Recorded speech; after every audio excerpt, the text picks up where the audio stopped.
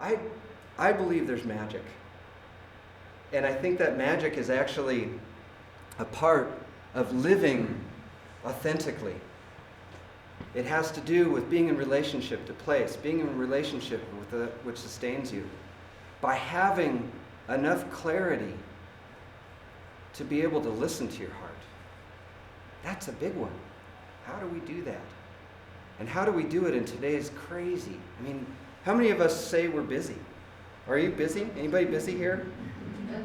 Have you ever, in the Chinese language, they don't make new characters, they use old ones to make new words? Anybody know what they do for busy? They do heart and killing. Isn't that interesting? But this idea of being busy, so busy you can't even hear your own heart. Oh, let's think about that as we start to answer the question, why permaculture? Why permaculture?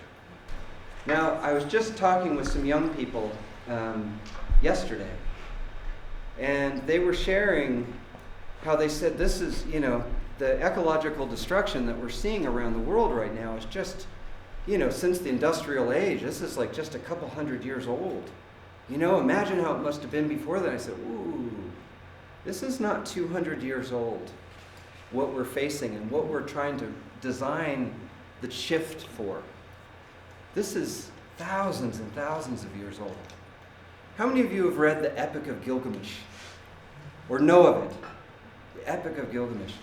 Most people don't realize when you read it, if you read it mythologically, you actually realize it's a whole story about metal.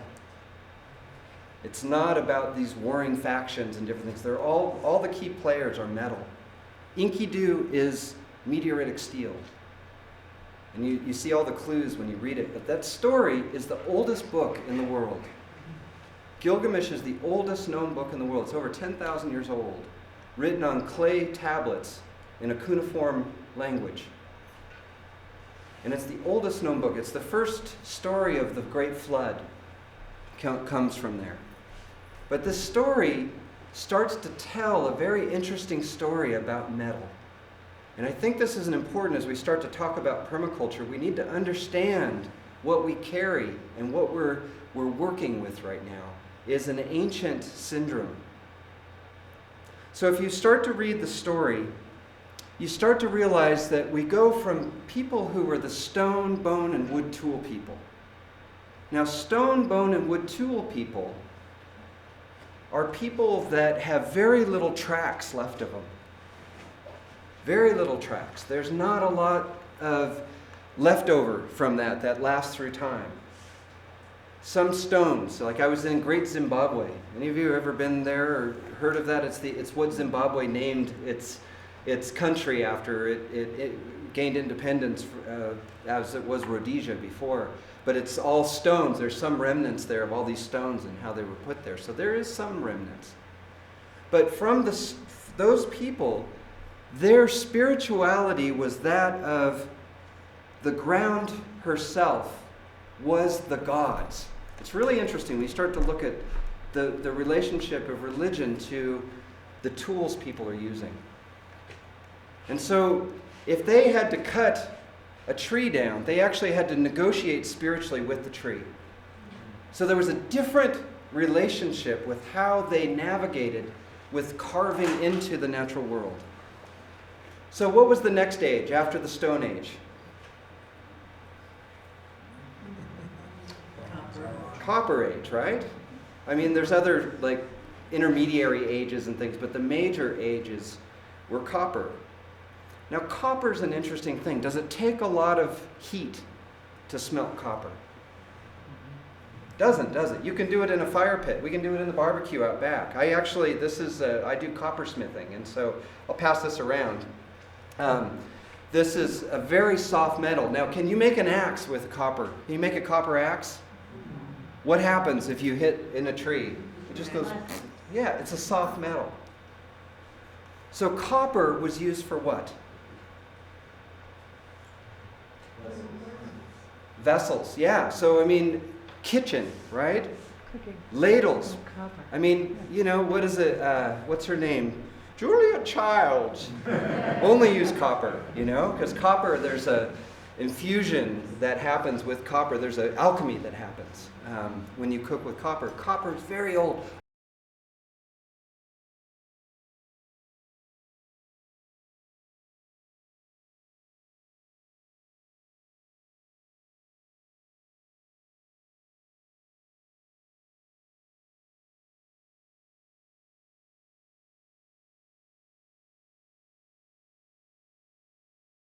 And adornment. You wore copper. But then what's the next age? Bronze Age. Well, that's an interesting thing. So let me move along here. So this is the whole Gilgamesh is in the Fertile Crescent, or ancient Mesopotamia. So the Bronze Age, when it began, is an infusion of tin with the copper. Makes it really hard. It's when you start getting the first what? Bronze axes. You get bronze weapons. All start to happen with the Bronze Age. Well, interestingly enough, it's also when now the female principle that's life-giving in the ground moved to the sky in the Bronze Age. Just follows. I'm just a tracker. That's all I'm doing. I'm just tracking things. So all of a sudden now you have the goddess in the sky in the Bronze Age. And you also then have goddesses of war starting. And then you go from there to the domestication of iron. Now, iron takes a lot of heat. Bronze was one layer. You could use a lot of different types of wood, but there was only one type of wood that could actually get steel to smelt in Mesopotamia. It had a special oil in it. It was the cedar trees. You ever hear of the cedars of Lebanon? Yeah, all of that was literally deforested for steel. Now, interestingly enough, it's also at the birth of steel was also the birth of cities. So now you had steel, which was hard enough to actually carve into the world. You could actually carve into nature to get what you needed to supply cities. It's also where we started to get plows. So you start to see this trend, and it's also where spirituality, from a spiritual standpoint, it went to a male god in the sky. So now you no longer had to negotiate with the trees you were cutting down other than through a male god in the sky. In fact, the word Satan that we get is actually Satanaya, which was one of the goddesses. That when it shifted to male, they actually used the goddess and demonized her. And so there's this relationship with metal. Now, why am I bringing this up in relationship to permaculture? Why would I bring this up? Any ideas? So deforestation, for sure, but also the plowing of the land. A lot of the carbon the released carbon, much of the released carbon that's never attributed to anything but transportation, usually. All that carbon released into the sky, so much of it was actually released from the soils by plowing. The soils are the best carbon sink possible. If we're going to turn this around, we actually have to shift our agriculture out of plow agriculture. And it's actually statistically, we've actually been able to see that we could sequester enough carbon by changing to a soil building type of agriculture that within 8 to 10 years, we could actually sequester enough carbon that would bring us back to levels that predate the current industrial revolution. In 8 to 10 years, if it was a mass shift to soil building agriculture. The science is there. We know that. We know that. There's a lot of hope in that. All right, so gosh, time just flies. All righty. Let's go here.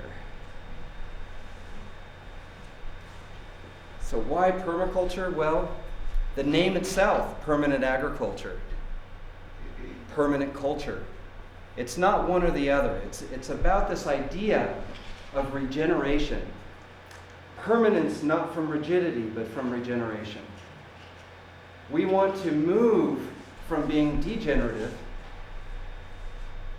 to not just generative. A lot of us talk about sustainability, that's generative. To this place where we're actually regenerating in the landscape. And I'll show you some examples of that in a minute. Permaculture for me is also about building resilience in our communities. That's a lot of the basis of the Transition Town movement, is about resiliency. Is your community resilient? Is it in relationship with that which sustains you? Or are you dependent on all these outside forces to be able to maintain what you need in your community?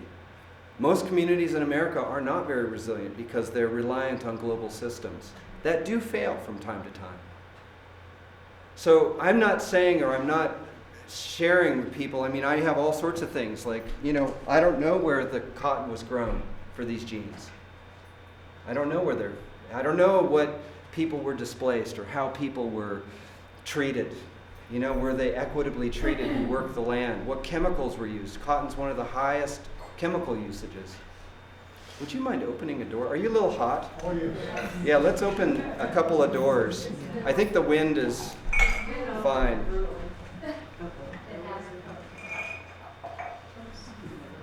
Either that, or I'm going to start this. We'll tell stories that are for people that are going to bed. we'll all nap together. So this idea of resilience, oh, that feels so good. I was getting sleepy too. It's about creating interdependence as well.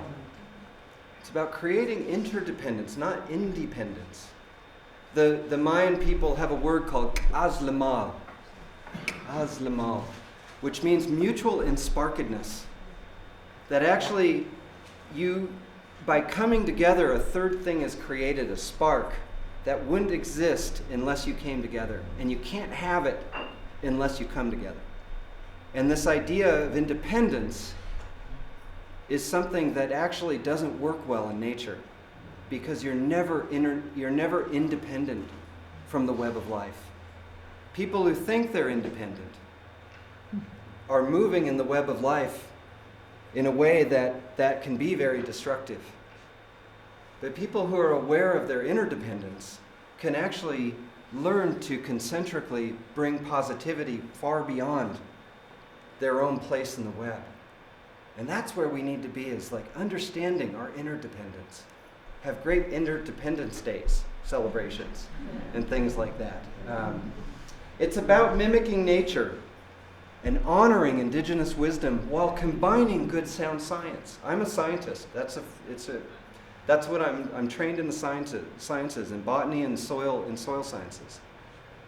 And I'm all about using the science, because the more you dig into the science, the more it starts to align with indigenous wisdoms. If you're not doing it for your own ends, but actually looking at what's actually there and happening. And so I combine really good science with indigenous wisdom, with appropriate technologies. And that's a lot of what permaculture is all about. It's about this time of we're not living in the time of our ancestors. I read something recently that said if Monsanto closed down today, there would be mass starvation in great parts of the world because of the dependence upon them now. Which isn't resilient at all. It's actually leaving people very susceptible, but that idea of just let's close down Monsanto, we have to think about that. How do we do this? How do we make the shifts? How do we do it in a sensible way using design? And that's what permaculture is. If I was to get in an elevator with somebody and they said, what is permaculture? And I had one floor, I would say, wow, permaculture is a design science for, I would even say, regenerative human settlement. It's a design science. It's not a gardening strategy. It's not solar panels. It's not gray water. It's not green buildings. It's how we assemble those in the landscape in a way that works with natural patterns rather than pushes against natural patterns. That's all it is. And that's why USAID is like, we can use this tool because we realize when you push against nature, what does it cost us? Life. Energy. All forms of energy. Whether it's money or sweat or whatever types of energy. When you push, is it harder to push a rock uphill or downhill? It's actually that simple. But yet you get a lot of people designing systems that totally discount big patterns in nature, like buildings that don't think of the sun. They don't consider where the sun is. What they want is the view. And they don't understand why their house is intolerably hot in the summer and freezing in the winter.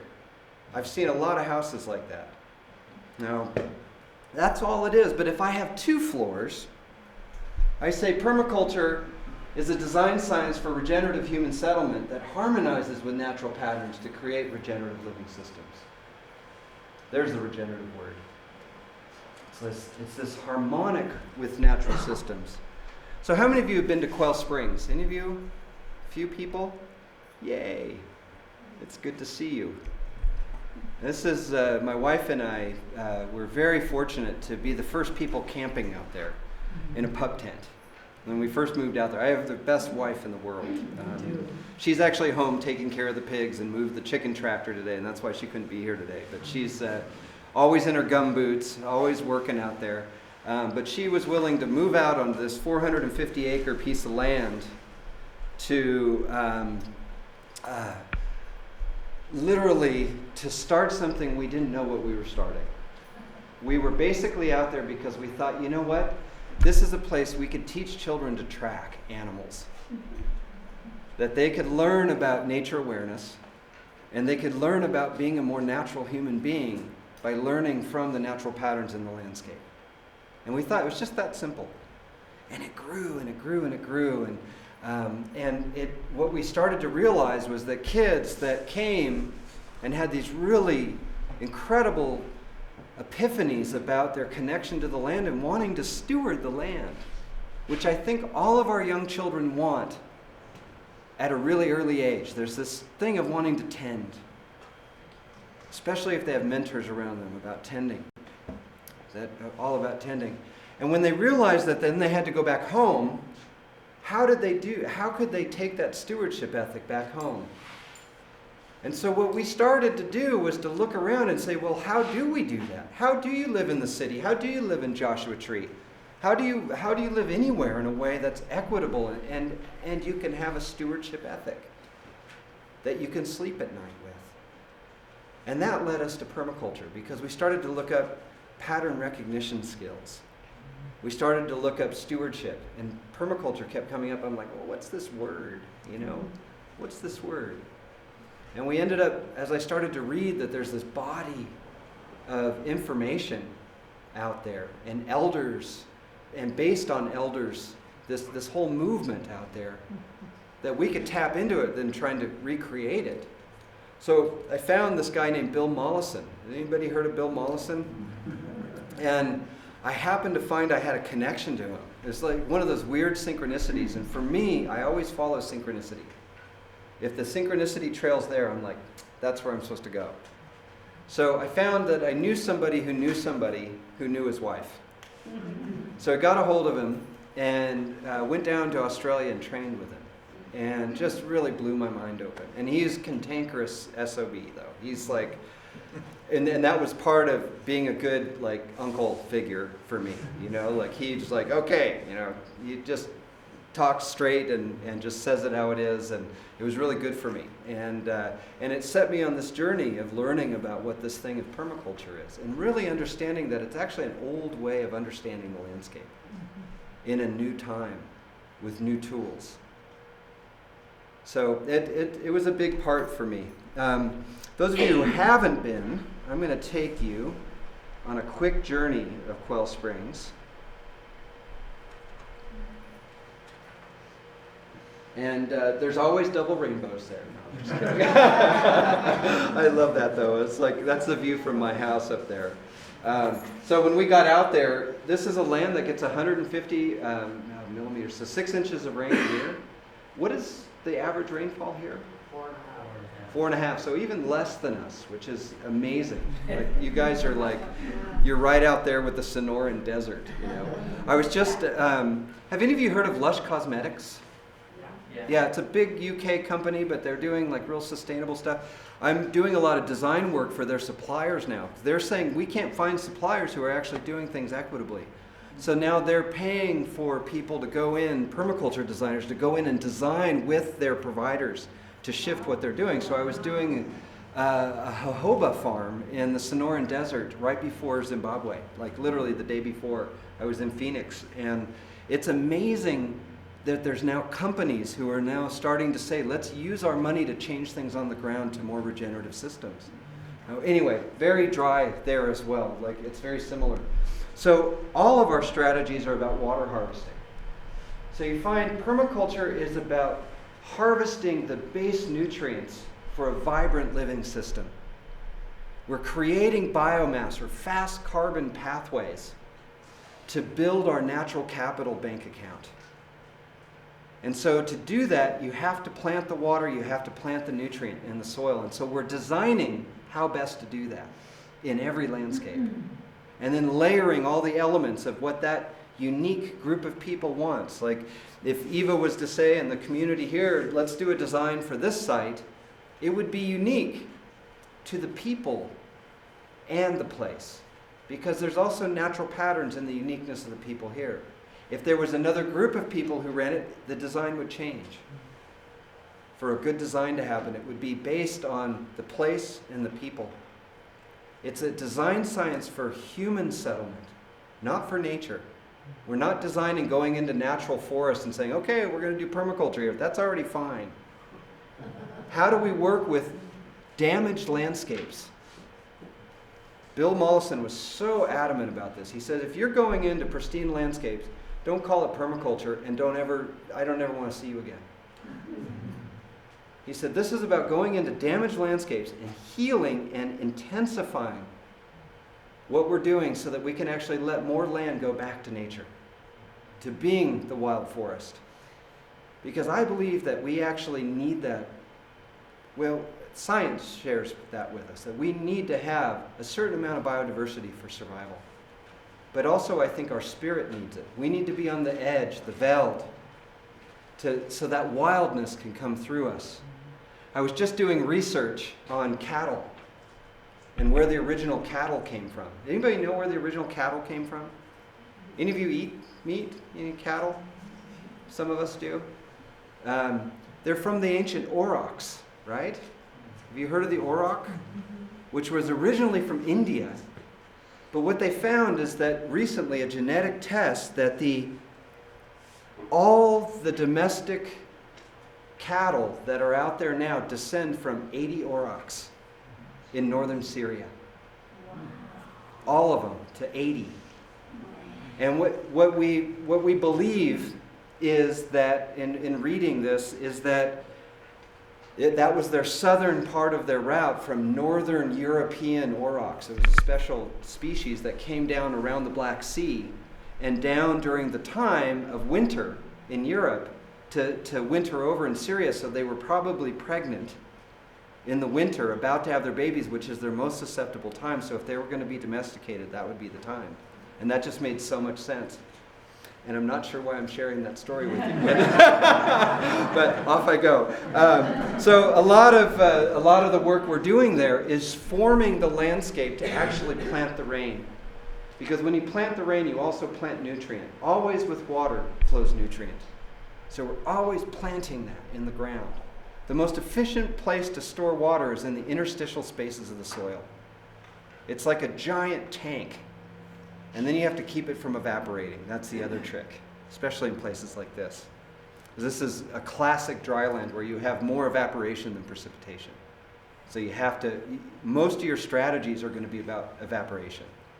Planting the water and then keeping evaporation from happening. So we started with not much vegetation. And it started to grow, our little wee farm. And you can see there's not a lot of treescape here. At that point, but we're working with every little bit to chip the materials, to get the anti-evaporation strategies, getting the food forest up, and then it starts to grow, and we start to get more and more people coming in. Now I know that's something that you're working on, because to really grow food, you need to have people dedicated to that. And what a noble work to do in the world. It's growing food. And I think so many of our young people have been told, or my generation, has been told that the farming is peasantry. You know, that's why the average age of a farmer in America is over 60 now. And a telling story, if your agriculture is regenerative, young people will come to it. I've seen that all over the world. The places where the regenerative agriculture is coming, young people migrate to it. So that is an indicator of success. We're actually trying to embed that in USAID. If the kids are leaving and going to the city, it's not regenerative in any way, shape, or form. Now, anybody know Jan? Some of you know Jan. She's the Kuyama mama. She's the best. She's an amazing, amazing farmer and musician as well. So early on, she would be out there singing to the trees. Come on, babies, you get up there. You got to grow, you know. But now we're starting to see that having this shade in our system is actually helping our production tenfold. Where so much of what's said in the farming manuals and the gardening manuals is out of Northern Europe, which says, no, give it full sun. But it actually doesn't work in every climate. Doesn't work in the tropics either, actually. You start to see complete, basically you start to see that the tropical sun is so intense, the same thing happens, it's too much. So it's really an interesting thing. We also have goats there. We find the goats do really well with, especially on salted landscapes. Do you have salty landscapes here? So salt brushes that are eaten by the goats are one ways we work with salted landscapes. We also have a lot of young people coming to learn from us. Kids from LA coming up, and East LA, and coming in and learning about chickens and learning about rabbits and bees and ducks. Oh, and by the way, do you know with rabbits, if you put them above where your ducks live and their poo falls down, the duck can eat the rabbit, loves the rabbit poo, by the way. They're like little morsels, and there's nutrition that the rabbit can't digest that the duck can. And so it's this little processing that happens. Some people are like, oh, yuck, but that's how nature works. There's no waste. Waste must equal food. Always, or it's a bad design. We're also into natural buildings, working with earthen structures and making them very beautiful, very inexpensive as well. A lot of these homes we're trying, this is a load-bearing straw bale. This is a cob house that cost us $3,000 to build. The entire house, including its solar system, because we dumpster dived Vandenberg Air Force Base, their dumpster, and there was a bunch of solar panels in there. So we were able to, and they have to get rid of them at 80%. So we were able to take them, and it was plenty for this house. And this is the first legal cob structure in Southern California, by the way. 8-year battle with Ventura County. And it was amazing. At the very beginning of the journey, we were criminals for doing this. And at the end of it, the CBO, the chief building official, came to me and he said, you know, Warren, one of these days we're going to catch up with what you guys are doing. And we'll be able to do this all over. He said, because it's all about this regenerative building practice. How do we build buildings that aren't toxic to the landscape, toxic to the people? And it's something where there's no mortgage here, too. I got to throw that in. Where do we get the word mortgage? Mortgage, death. It's a death contract, isn't it? That's actually the lineage of it. We should know our words if we're using them. And to think about that, it's like, how many of us go to work every day to pay a mortgage? You know, a lot of us do. Are there ways where we could take a year out of our life and learn to build our own house? I'm not a builder, by the way. I'm not a builder. But I built my own home. And it's beautiful. And I had help from community. 70 people actually helped me build it. And I think that's actually how communities start to come together, is because they need each other. Communities that don't need each other fall apart. Intentional communities, 90% of them fail. That's the statistic. And a lot of that, I believe, is because there's no real need. If you're all suckling from if we're all suckling from the global system rather than needing each other, you start to see that community fall apart. wherever it is. Oh, I think it's a really great thing when I can't build a house on my own and I need help. And to have somebody in my community say, you know what, I can help you with this. And I can help them with something else. And that's when community starts to really interweave in a beautiful way. To me, that's permaculture. It's relationship. Relationship. We have creative ways of heating our water when the sun isn't shining, which is only 65 days a year. It's probably similar to here. But we have a rocket stove system, lots of music, cob ovens, lot of food culture. I'm finding the more the food culture starts to hydrate in our community, where we know where everything comes from, we know how to process the food together, we start to see our community starts to interlink in a completely different way. All right, I need to go. Gosh, it's almost 9. How did that happen? I'm going to jump off of there and go to a whole new place,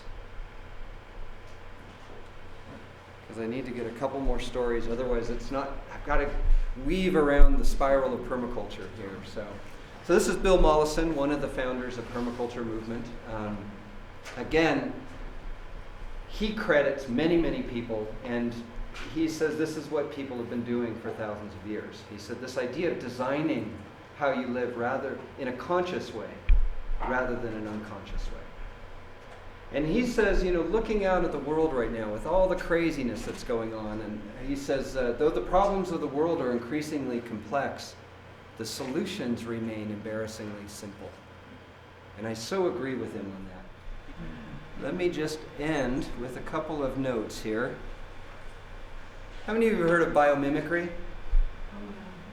Huge learning now these days about how we can learn from natural aspects to be able to create systems, mechanical aspects.